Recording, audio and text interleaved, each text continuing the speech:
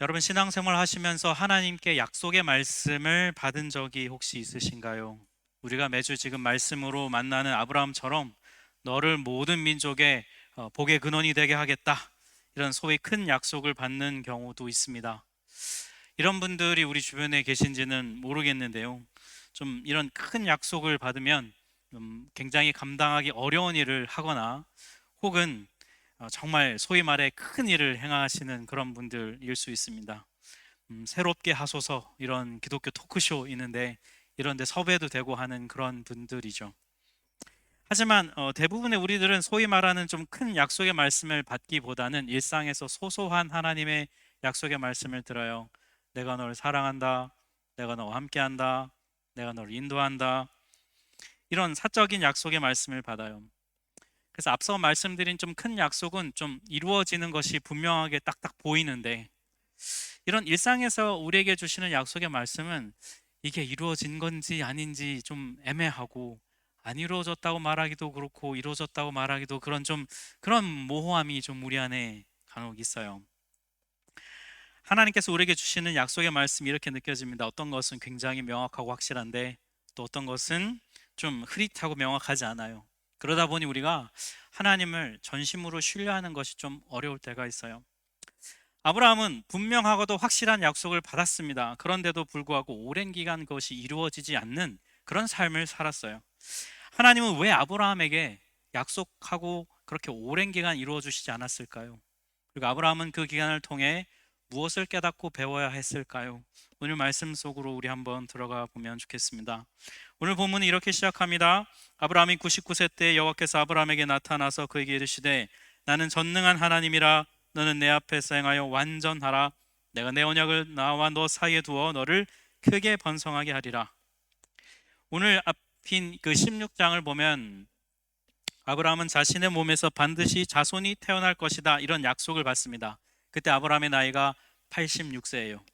그런데 한 장 지난 27장에 오면 무려 13년이라는 시간이 지나서 99세가 됐어요. 근데 여전히 아브라함과 사라 사이에 자녀가 없어요. 사라의 나이가 90세입니다. 의학적으로 임신하기는 불가능한 나이예요. 그나마 지금 하갈에게서 태어난 이스마엘이 아브라함의 유일한 아들이고 혈육이에요.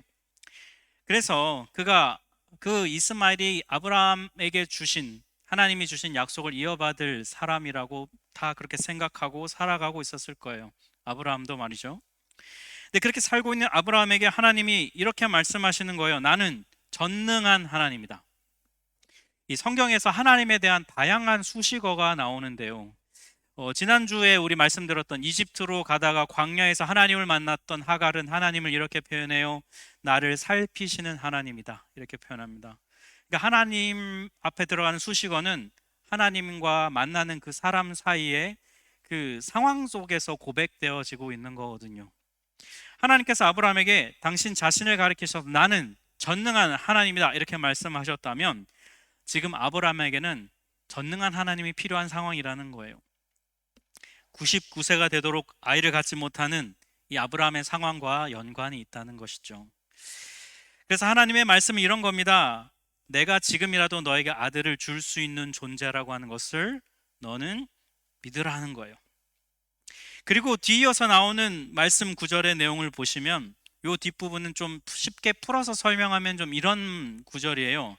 내가 내 언약을 나와 너 사이에 세울 수 있도록 내 앞에서 온전히 순종하라 이런 뜻을 갖고 있어요. 그러니까 이런 겁니다. 이제 아브라함 나하고 너 사이에 굉장히 중요한 약속이 오고 갈 건데 내가 너한테 그 약속을 제시할 수 있도록 너는 나한테 믿음과 순종을 보여라 이런 말씀이에요. 이 말을 알아듣고 아브라함이 엎드립니다. 3절에 보니까. 그리고 하나님이 이어서 말씀을 쭉 이어가시는데요. 오늘 이어서 나오는 말씀은 크게 두 가지 키워드로 요약을 할 수 있어요. 첫 번째는 뭐냐면 이름을 바꾸시는 것이고 두 번째는 할례를 명령하시는 거예요. 먼저 첫 번째 하나님께서 아브라함과 사레의 이름을 바꾸십니다. 우리 오늘 보면 5절과 15절 16절 말씀은 우리 함께 합독하도록 하겠습니다. 이제 후로는 내 이름을 아브라함이라 하지 아니하고 아브라함이라 하리니 이는 내가 너를 여러 민족의 아버지가 되게 함이니라. 내 아내 사레는 이름을 사레라 하지 말고 사라라 하라. 그를 여러 민족의 어머니가 되게 하리니 민족의 여러 왕이 그에게서 나리라. 네. 아브람이라는 원래 이름은 존귀한 아버지 이런 뜻이에요. 근데 아브라함, 즉 많은 민족, 많은 무리들의 아버지 이렇게 바뀐 거예요. 또 아내의 이름 사레는 사라로 바뀌는데 사실 사레에서 사라로 바뀔 때 의미의 변화는 없어요. 똑같이 여주인 이런 뜻입니다. 하지만 이름을 이렇게 바꾸는 자체가 의미가 있어요. 성경에 보면 이름이 바뀌는 많은 인물들이 등장하는데 그 중에서 유일하게 이름이 바뀐 여성은 사라가 유일합니다. 그러니 사실 내용보다는 바뀌었다는 호칭이 바뀐다는 의미 자체가 좀 중요한 거예요. 구약시대의 이름은 그 사람의 본질과 인격을 의미했습니다. 그런 점에서 이름이 바뀐다는 게 무슨 뜻이냐면 그 사람의 운명과 삶이 변화된다는 뜻이에요.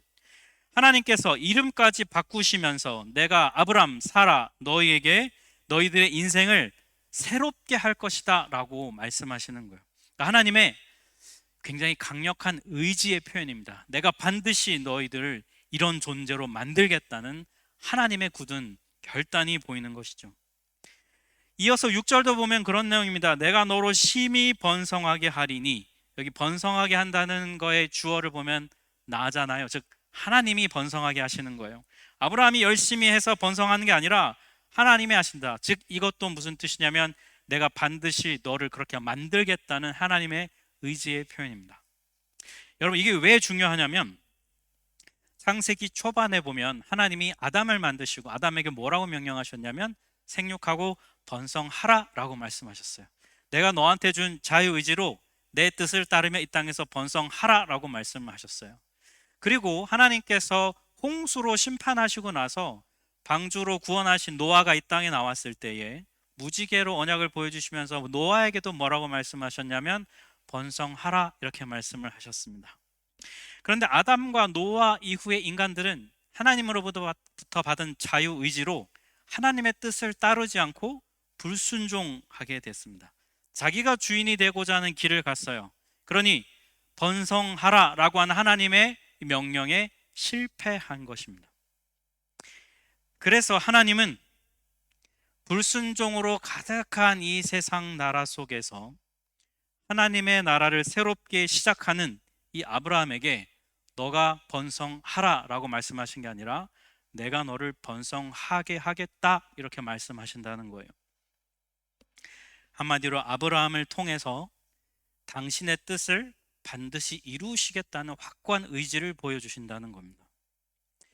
이렇게 이름을 바꾸시면서 또 주도적으로 상황을 주도하겠다 말씀하시면서 오늘 본문에서 쭉 얘기하시는 하나님의 이 말씀하시는 내용을 보면요, 하나님께서 아브라함에게 자신을 좀 많이 어필하시는 것 같은 그런 느낌이 들어요.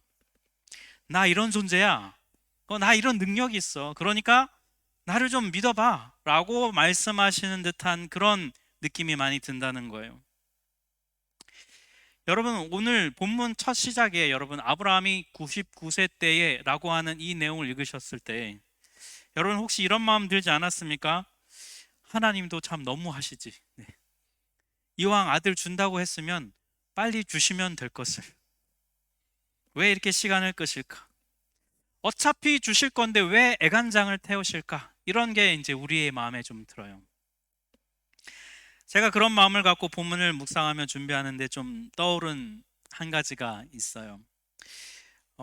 여러분 이 중에 아시는 분 계실 텐데 오래전에 한국에서 있었던 만화 중에 머털도사라고 하는 만화가 있어요. 여러분 아시죠? 대부분. 네. 모르면 MZ고 네, 알면 그 이상이고. 네. 이 머털도사 언제 처음 방영됐냐면 찾아보니까 1989년 5월 5일 어린이날에 MBC에서 방영이 됐어요. 당시 시청률 54.9%. 이 정도면 이 자리에 있는 분들은 다 아셔야 되는 만화. 그 이후에 추석 때, 명절 때 자주 재방송 많이 됐습니다. 이 모르는 MZ들이 있어서 간략하게 이걸 설명해 줘야 되는데 머털이라는 주인공이 있었어요. 머털이. 이 머털이가 누덕산에 있는 누덕도사를 찾아갑니다. 도수를 배워 도사가 되고 싶어 찾아가요. 이 누덕도사가 도술은 안 가르쳐주고 매일 집안일만 시키는 거예요. 밥 짓고 빨래하고 뭐 스승님이 그 허리가 안 굽혀지니까 막 발톱 깎고 맨 이런 집안일만 하니까 이 머터리가 너무 뭐 불만이 늘 불만에 가득 차 있고 늘 화를 내요. 그 만화를 보면. 그래서 누덕도사한테 늘 화내고 막 짜증내고 막 밥하다가 막 짜증내고 이러면 이제 누덕도사가 이제 도술로 혼내는 거죠. 이놈 하면서. 근데 이 누덕도사가 머터리한테 가르쳐준 딱 한 가지 기술이 하나 있는데 그게 뭐냐면 이 머리털을 세우는 기술이었던 거예요. 근데 머터리가 너무 화를 냅니다. 이 머리털 세우는 거 갖고 도대체 뭘 하라고 나한테 이 기술을 가르쳐주냐면서 막 화를 많이 내거든요. 근데 그렇게 10년을 그 누덕도사 밑에서 고생하던 머터리가 어느 날 깨달은 거예요. 이 머리털 세우는 것이 나에게 엄청난 도술이구나. 머리털을 세우는 순간 뭐든지 변신할 수 있는 존재가 됐다는 걸 그제서야 10년이 지나고 이제 깨닫게 된 거예요. 그러니까 사실 머터리는 누덕도사에게 이미 도술을 배웠었던 것이죠. 그러면 왜 누덕도사는 머터리에게 진즉 알려주지 않았을까요? 이게 너의 필살기다, 기술이다. 왜 알려주지 않았을까? 그 거기 뭐 만화를 보면은 그 나쁜 그 또 도술사 왕산악이라고 하는데 도술사가 나오는데 그 밑에 배우는 또 애가 이 야망 있는 애여가지고 도술을 배워서 왕산악을 죽이고 자기가 또 되는 그런 내용이 나옵니다. 그래서 아마 그런 메시지였던 것 같아요. 도술을 배우는 그 기술만 익히면 마음은 악한데 기술만 익히면 나쁜 도사가 된다는 거예요.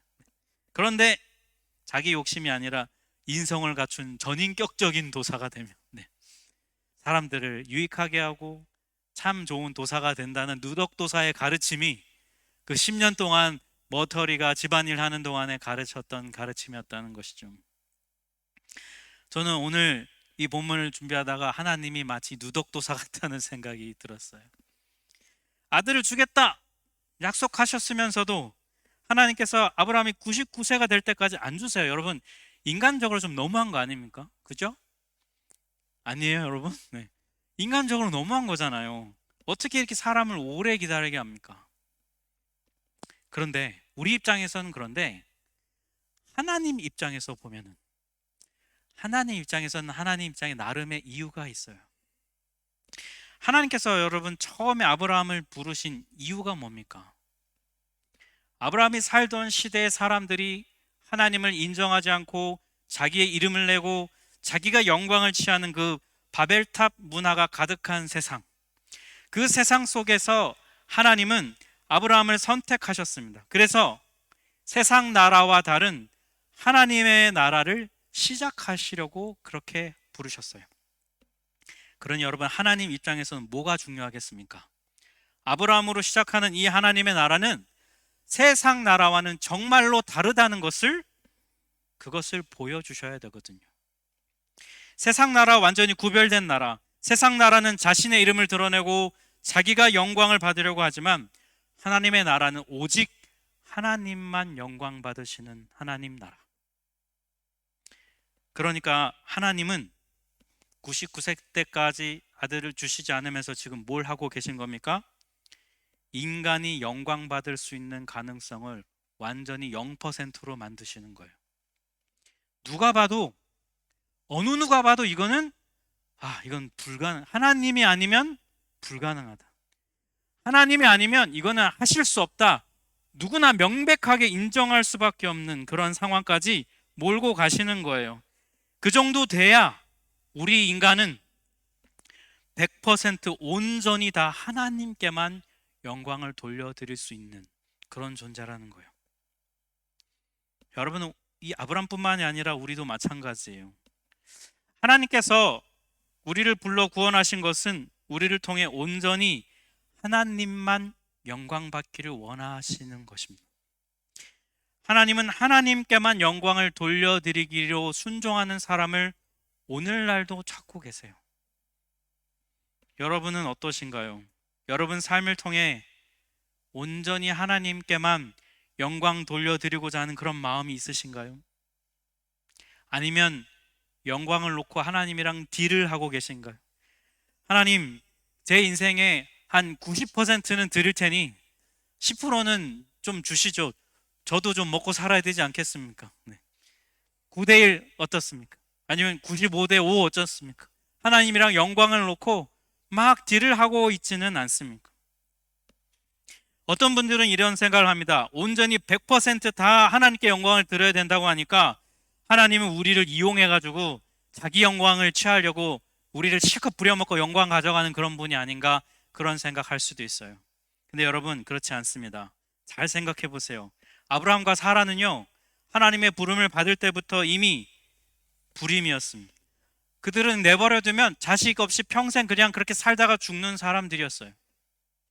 원래부터 그런 인생이었습니다. 그런데 하나님이 그런 인생에 찾아가셔서 꿈을 주시고 비전을 주시고, 그리고 하나님의 나라를 시작할 수 있는 그런 영광의 기회를 그들에게 주셨다는 거예요. 여러분, 우리도 그렇지 않습니까? 우리 중에 여러분 이 땅에서 뭐 대단하게 살면 뭐 얼마나 여러분 대단하게 살겠어요? 어릴 때 뭐 이 중에 계신 분들 중에 공부 좀 잘하셨던 분들, 뭐 운동 잘하셨던 분들, 뭐 음악 잘하셨던 분들, 또 얼굴 좀 예쁘고 잘생겼다고 인기 많았던 분들, 젊을 때 회사에서 잘 나와서 능력 인정받던 분들, 한때 사업이 잘 돼서 돈도 잘 벌 수도 있고요. 근데 여러분, 그래서 그게 어쨌는데요, 여러분. 네. 그렇게 내 이름을 드러내고 내 업적을 내세울 만큼 여러분, 우리 삶이 그렇게 막 대단한 것이든가요? 시간이 지날수록 여러분, 인생을 살수록 삶에서 무엇이 중요한가, 이거를 깨닫는 것이 여러분 진짜 복이에요. 그 복 중에서도 제일 큰 복이 뭐냐면, 나 같은 이런 사람도 하나님이 불러주셔서 자녀를 삼아 주셨구나. 이런 나를 부르셔서 하나님께 영광을 돌려드릴 수 있는 이런 기회를 주셨구나. 여러분, 이런 마음이 여러분 안에 혹시 있으신가요? 머터리처럼 내 손에 쥔거는 없는 것 같고 그냥 그저 이용만 당하는 것 같고 헌신만 열심히 그렇게 부려먹음을 당하는 것 같은데, 알고 보니까 나에게 하나님의 자녀라는 이런 특권을 주셨구나. 하나님이 하나님과 대화하고 소통할 수 있는 이런 기쁨이 있구나. 온 세상을 창조하신 아버지 하나님이 내 아버지 되시구나. 여러분, 이걸 깨닫고 누리는 것이야말로 진짜 참 복된 인생이지요. 하나님께서 여러분 이 진리를 우리에게 깨닫게 하시려고요, 여러분 얼마나 우리한테 어필하고 계신지 몰라요. 여러분, 마치 세일즈 하는 사람이 바이어 만나가지고 제품이 얼마나 좋은지를 막 어필하면서 팔려고 하는 것처럼 하나님 우리한테 그렇게 하고 계세요. 나 좀 믿어봐. 응? 나 이런 존재야. 하나님이 여러분 뭐가 아쉬워서 그렇게 하시겠습니까? 하나님 가만히 있어도 영광 받기 충분하신 분이신데 뭐가 아쉬워서 우리한테 어필하시겠어요? 그 이유는 뭘까요? 우리에게 하나님께 영광이 되는 그 영광스러움을 우리에게 맛보여 주시려고 우리를 그렇게 불러주시는 거예요. 우리 생각에는요, 우리 입장에서는 99세까지 기다리게 하시는 하나님이 너무 원망스럽고 너무 믿을 수 없고 도저히 이해가 안 됩니다. 그런데 그런 이 과정을 통해서 우리에게 이게 얼마나 영광스러운 삶이 우리에게 허락되는지를 깨닫게 해주시려는 거예요. 그래서 온전히 하나님께만 영광 돌려드리는 그런 존재로 우리를 지금 빚어가고 계신다는 거예요. 하나님이 이렇게까지 하면서 우리에게 원하시는 건 뭐냐면요, 우리 같은 사람을 통해서 이 세상에 하나님의 나라를 보여주시고 죄에 대한 승리를 선포하시고자 우리에게 이렇게 일하시는 거예요. 우리 같은 사람들을 통해 하나님께 영광을 돌려드리게 하시면서 하나님의 나라가 실제로 존재한다는 것을 이 세상에 하나님은 보여주시려고 우리 같은 사람을 불러 사용하시는 거예요. 그러니 사랑하는 여러분, 이 하나님을 꼭 만나십시오. 하나님의 이 은혜 가운데 있음을 여러분 이 섭리를 꼭 깨닫기를 바랍니다. 때론 하나님에 대한 원망과 불평과 이런 마음이 있지만 그 속에서 온전히 하나님께 영광 돌려드리길 원하는 그 하나님의 마음을 깨닫고 하나님을 신뢰하며 하나님 앞에 나아갈 수 있는 이 복을 여러분 누리시기를 축복합니다. 이렇게 자신을 막 어필하시는 하나님께 아브라함의 반응이 어떨까요? 우리 17절과 18절 말씀을 같이 한번 합독하겠습니다. 아브라함이 엎드려 웃으며 마음속으로 이르되 100세 된 사람이 어찌 자식을 낳을까? 사라는 90세니 어찌 출산하리요? 이스마엘이나 하나님 앞에 살기를 원하나이다. 아멘. 아브라함이 웃었어요. 여러분, 이게 무슨 의미냐면 뭐 이런 거예요. 아유, 하나님, 뭐 말씀이라도 감사합니다. 뭐 이런 거예요, 여러분. 네. 저희 아들이 어릴 때 유신이 커서 뭐 될래? 그러면 호텔 사장 될래? 뭐 이런 말을 했습니다. 저 아직도 포기하지는 않았지만 뭐 그거 정말 이루어질지는 잘 모르겠어요. 그냥 뭐 웃는 거죠, 여러분. 저희들 태어났을 때 애가 엄지발가락이 엄청 굵더라고요. 그래가지고 공을 줬더니 공을 좀 잘 차길래 맨체스터 유나이티드 가자. 그때 항상 박지성이 막 잘 나갈 때여가지고 이 애비 니 덕 좀 보자 막 이러면서 웃으면서 했던 그런 느낌, 그게 지금 아브라함의 느낌이에요, 여러분. 이래서 웃는 거예요. 이삭은 무슨 이삭입니까, 하나님? 이스마엘이나 그냥 잘 챙겨주세요. 뭐 이런 거예요. 아브라함에게 여러분, 이스마엘이라고 하는 존재가 상징하는 게 뭘까요? 현실적이고 일상적인 삶의 안정됨을 뜻해요. 이스마엘은 아브라함의 정식 장남으로 이미 13살이 되었습니다. 좀만 지나면 성인이 돼서 이제 정식 아브라함의 후계자가 인정받을 겁니다. 아브라함 입장에서 이스마엘은 눈앞에 보이는 현실적인 유일한 대안이에요. 근데 그 상황에서 하나님은 현실에 있지도 않은, 태어날 가능성이 전혀 없는 이삭이라는 아들을 주시겠대요. 하나님에게 이삭은, 하나님 입장에서 이삭은 약속과 비전의 그 정말 중요한 존재예요. 그런데 아브라함에게 꼭 그런 존재가 이스마엘인 거예요. 현실적으로 그나마 하나님의 뜻을 따라 후손을 이어갈 유일한 대안. 그러니 아브라함 입장에서는 이스마엘이나 잘 살기를 바라는 게 여러분 너무도 당연한 바람이죠. 우리도 그렇지 않습니까? 여러분, 눈앞에 현실이 막 막막한데, 나는 지금 막 숨이 막 넘어가는데 하나님은 나한테 당장 손에 잡히지도 않은, 내가 너의 삶의 미래에 이런 약속을 주리라, 이런 거 주시면 여러분 하나님한테 뭐라고 하시겠어요? 그냥 하나님 됐고요, 그냥 이거나 해결해 주세요, 그럴 거 아니에요. 저는 하나님의 나라 뭐 큰 비전 그런 거 이룰 위인이 못 됩니다. 그런 건 저 옆 사람한테나 주시고 그냥 제 눈앞에 이거나 해결해 주세요, 우리 그렇게 하나님 앞에 말할 거 아니에요. 우리는 하나님의 살아계심을 믿고요, 하나님의 구원자심을 믿어요. 그런데 아이러니하게도 하나님을 잘 신뢰하지는 않아요. 무슨 말이냐면, 지금 당장 내 눈앞에 하나님이 일하시지 않으면 내 인생 전체에 하나님이 일하실 거야 라는 걸 믿지 않는다는 뜻입니다. 그래서 오늘 본문에서 하나님은 아브라함에게 그렇게 신뢰할 수 있도록, 하나님을 약속을 신뢰할 수 있도록 믿음을 요구하시면서 명령하신 것이 바로 할례라는 거예요. 오늘 본문 10절과 11절 말씀을 우리 같이 한번 합독하겠습니다. 너희 중 남자는 다 할례를 받으라. 이것이 나와 너희 후손 사이에 지킬 내 언약이니라. 너희는 포피를 베어라. 이것이 나와 너희 사이의 언약의 표징이니라. 할례는 남성의 생식기 포피를 자른 오늘날 포경 수술이라고 하죠.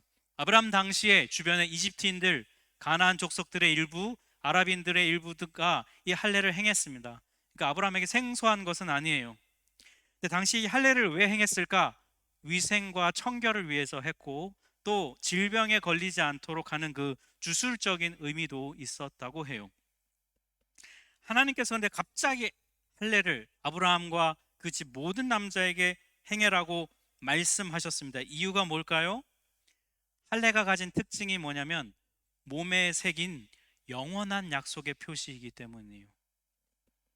제가 2년 전에 자전거를 타다가 넘어져 가지고 생긴 흉터가 아직도 이 손등에는 남아 있어요. 이 흉터를 볼 때마다 저는 그날이 떠오릅니다. 그 순간이 떠오릅니다. 그리고 자전거를 탈 때마다 이 손등에 이 핸들, 이 흉터를 볼 때마다 조심히 타자, 이런 걸 계속 떠올리거든요. 할례는 바로 그런 기능을 하는 거예요. 몸에 새겨진 할례의 표시는 영원합니다. 지울 수가 없어요. 그래서 뭘 뜻할까요? 할례는 하나님과 아브라함 사이에 맺어진 언약을 하나님이 영원히 지키신다는 것을 뜻하는 표시라는 거예요. 동시에 할례의 표식을 보면서 아브라함과 그의 후손들은 하나님께 순종하기로 계속해서 떠올리고 결단하는 것이 이 할례의 역할이에요. 할례를 이렇게 갑자기 이 생식기 표피를 자르라, 이건 남성들은 굉장히 위협적인 것이었을 텐데요. 앞서 말씀드린 대로 하나님이 굉장히 주도적으로 이름까지 바꿔가면서 여러 가지로 굉장히 많이 당신을 어필하셨어요. 당신에 대해서. 그랬더니 아브라함의 마음이 움직여졌던 것 같아요. 그래서 아브라함이 기꺼이 할례를 행합니다. 오늘 보면 23절을 같이 한번 합독하겠습니다.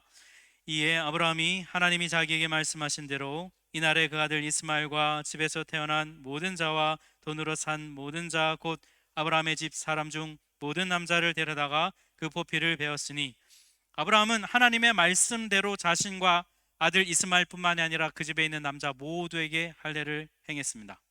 노예라 할지라도 행했어요. 왜냐하면 아브라함 집에 산다면 아브라함을 통해 복을 받을 수 있도록 하게 하시려는 하나님의 뜻이었습니다. 근데 이 구절에서 우리가 한 가지 좀 더 주목해야 될 게 있어요. 그게 뭐냐면 이날에라고 하는 표현이에요. 아브라함은 하나님의 말씀을 들은 그날 즉시 그날에 할례를 행했어요. 좀 생각해보고, 들은 게 맞나? 진짠가? 따져보고 그렇게 하지 않았다는 거예요. 아브라함 역시 단호하고 굳은 순종을 보여줍니다. 하나님의 약속에 응답해요. 하나님의 약속이 확실하다는 것을 신뢰했기 때문에 즉각 순종했습니다. 우리도 누군가와 만약에 금전 거래를 하거나 사업차 거래를 한다면 믿는 사람들에게는 한 번에 모든 대금을 줄 수도 있잖아요. 믿지 못한다면 나눠주겠지만, 마치 이런 것과 같은 거예요. 여러분, 우리에게 아브라함처럼 즉각 순종할 수 있는 믿음이 있을까요?